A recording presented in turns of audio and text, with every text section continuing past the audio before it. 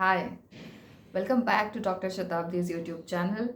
In this channel, I talk about medical writing, medical marketing, medical communications, and career switches. So, just for a little bit of context, I have been in this field for the last 6 years now, and I'm a trained pediatric dental surgeon. And I transitioned into medical writing over the last 6 years. So, that having said, today we are going to discuss why you might not be getting hired as a medical writer even though you have been in this field for some time, you have good writing skills, but still nobody seems to be interested. So especially when you start freelancing in medical writing, it comes upon your shoulders to land projects, to take up projects, and to create a consistent pipeline of clients. So it took me some time to figure out this whole thing, and since then I have built a consistent pipeline of clients for myself, clients who keep coming back with repeat projects so that I keep working for them throughout the year. And yeah, my finances are kind of sorted. So I'll be talking about this in four pillars. uh, the first pillar and the most common one is that you might not be knowing whom you want to work with. So, this might be something that you have not given a thought to, or something that might come across as, what, haven't I thought about it before? But this is true in most of the cases. I have talked with a lot of freelance medical writers over the last 1.5 years, and very often I face this challenge that they don't know who they want to work with. So if you want to work on, kind of health media portals, if you want to work with publication houses, if you want to work with medical communications companies, if you want to work with contract research organizations, if you want to work with health tech startups, if you want to work with medical devices industry, you actually need to understand what kind of companies and organizations and what kind of people you want to work with as a medical writer. Because without having that basic understanding, you will not be able to filter out the opportunities, you will not be able to apply to these opportunities, and you will not be able to move ahead. What will happen is you might end up, applying randomly to different kind of medical writing opportunities whenever you see a opening or something like that online, and because you and your working skills, your core skills are not aligned with where you are applying, you might end up not getting hired or not moving the needle forward. The second thing that I see a lot is that medical writers don't have any digital footprint. They don't have any visibility. So just think about it. So say for example, I am a dental surgeon, right? But I have not gotten in touch with dental hospitals. I have not gotten in touch with dental clinics.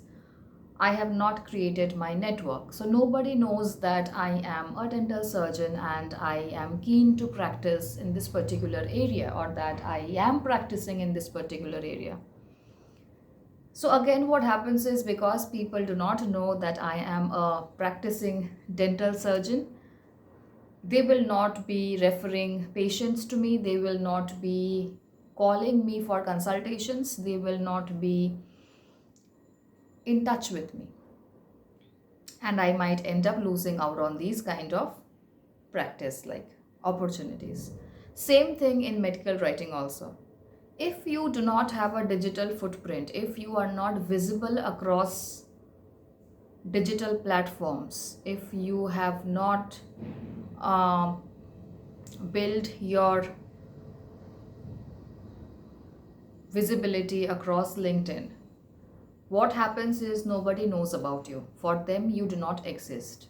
So for people who are looking to hire, if you do not exist, automatically you lose out on that opportunity, right? The third thing that I again see a lot is that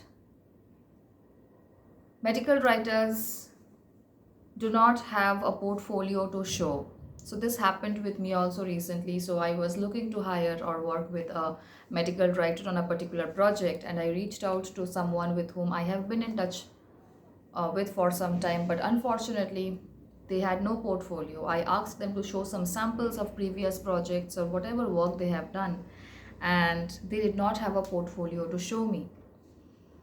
And I decided to, go ahead with somebody who had some samples to show me. So this happens all the time. If you do not have proof of work with you, you might end up losing that opportunity, especially when you are new to medical writing, because clients who or people who are looking to hire will always want some kind of previous samples to see, right? So these are three things that I see very often.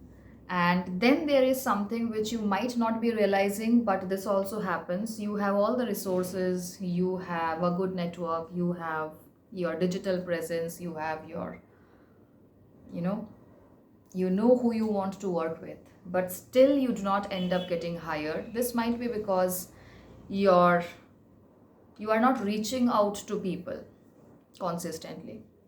So sometimes what happens, we reach out but we do not follow up, right? So what happens is, I may not have a project right now for you to work upon, but I might come across a project 6 months later.